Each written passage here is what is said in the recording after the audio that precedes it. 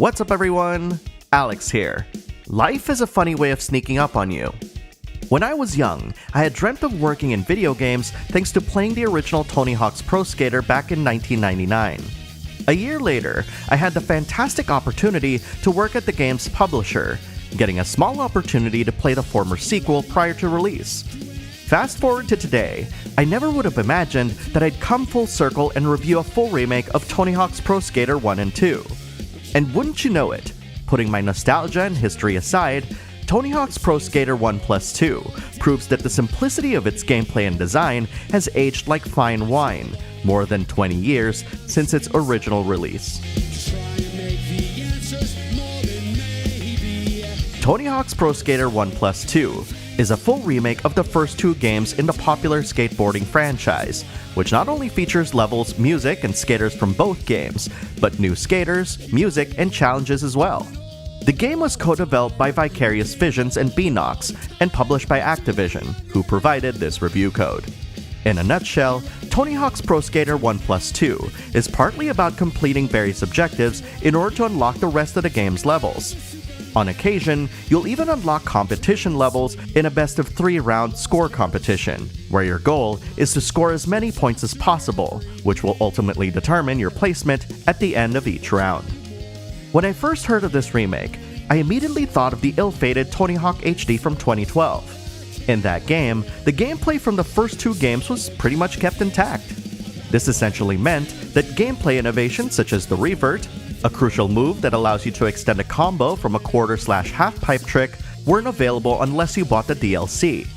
Thankfully, this game's developers learned from this misstep, and they've not only included the revert in Tony Hawk's Pro Skater 1 Plus 2, but also spine transfers and wall plants as well.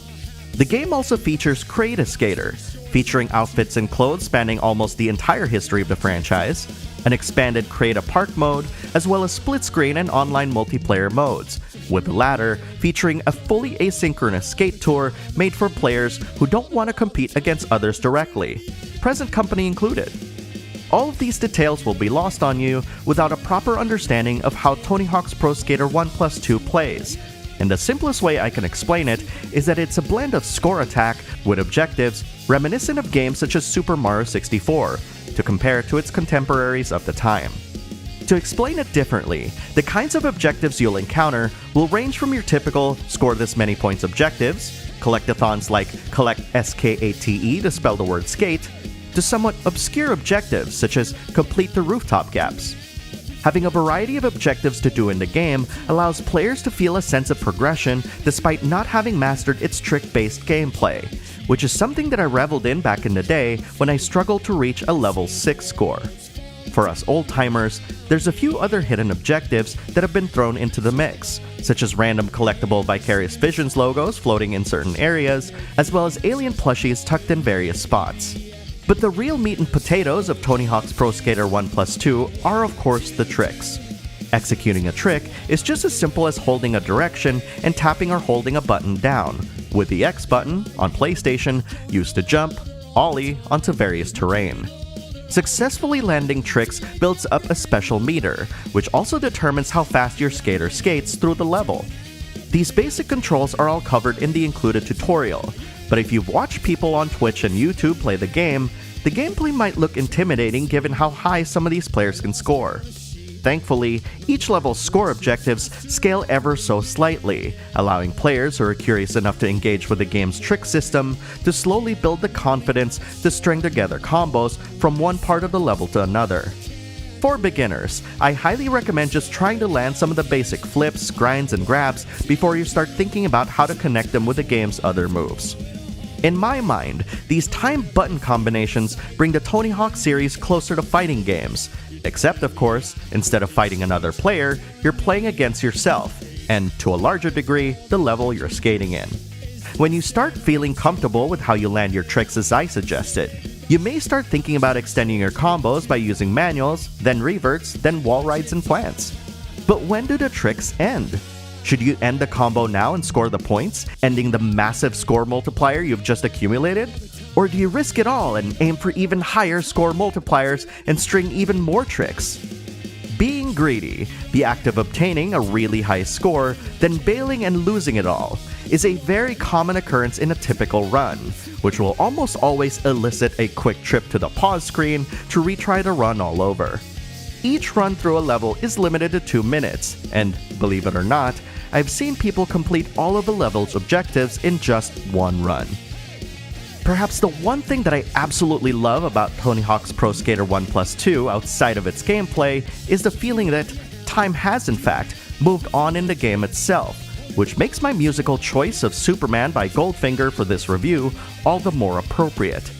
Every single skater from the previous 2 games has been rendered in their current age, still looking as cool, if not trendier, than their original appearance. Just as noteworthy are some of the aesthetic alterations for some of the game's levels, with the most noticeable example being that of the mall from Tony Hawk's Pro Skater 1, which has since been abandoned, complete with overgrown flora bursting out from its planters. From a personal standpoint, these details make this return trip feel welcoming and evoke a kind of nostalgia that reminds me of a bygone era. At the same time, the familiarity allows me to enjoy the same skating lines I used when I was younger, while allowing myself to be curious and explore the rest of the level's alterations and updates, all the while still cursing at Downhill Jam for being one of the worst levels in Tony Hawk history. Trust me, you'd hate to run it. Part of why the games felt so authentic to skate culture is due to its standout song list, which propelled the popularity of many of the bands featured. I've already mentioned my favorite song of the bunch, Superman, but Tony Hawk's Pro Skater 1+2 also contains many of the songs featured in the original games. These songs were actually handpicked by the skaters themselves, and this soundscape provides a perfect backdrop to all the grinding, kick-flipping, and nose-grabbing you'll be doing across the game's many levels. Much has been said about the old, but I think it's also worth it to mention what's new, and that comes in the form of the brand new skaters and challenges in Tony Hawk's Pro Skater 1+2. The original roster is joined by the likes of Tony Hawk's own son Riley, Lizzie Armanto, Leo Baker, Leticia Buffoni, Nyjah Houston, Tyshawn Jones, Aori Nishimura, and Shane O'Neill, whose additions not only make this the most diverse cast in franchise history, but is also representative of the future of skateboarding. Tony Hawk's Pro Skater 1+2 also features challenges, which basically amount to playing the game and doing a certain amount of something, whether it's a specific trick, getting a certain amount of stat points, and the like. These challenges go towards unlocking various outfits and rewards in the game's shop, and are a fun addition to the largely objective-based nature of the game. With its cosmetic alterations and the addition of several new skaters, songs, and modes, Tony Hawk's Pro Skater 1+2 does something that not many remakes are able to achieve, and that is to deliver an experience that feels so authentic to the original that its additions feel more like a thoughtful extension than a forced retread of what once was. There's also a deep appreciation hidden within its own identity that seems reverential, with every level feeling as though you're skating on hallowed ground, along with a diverse cast that helps bridge the gap between the old and the new. There may have been other skateboarding games released over the span of 2 decades that have attempted to capture the excitement of the sport, but there's nothing quite like the feeling of playing and scoring thousands of points in a Tony Hawk game, and I'm glad that that's true today as it was back then.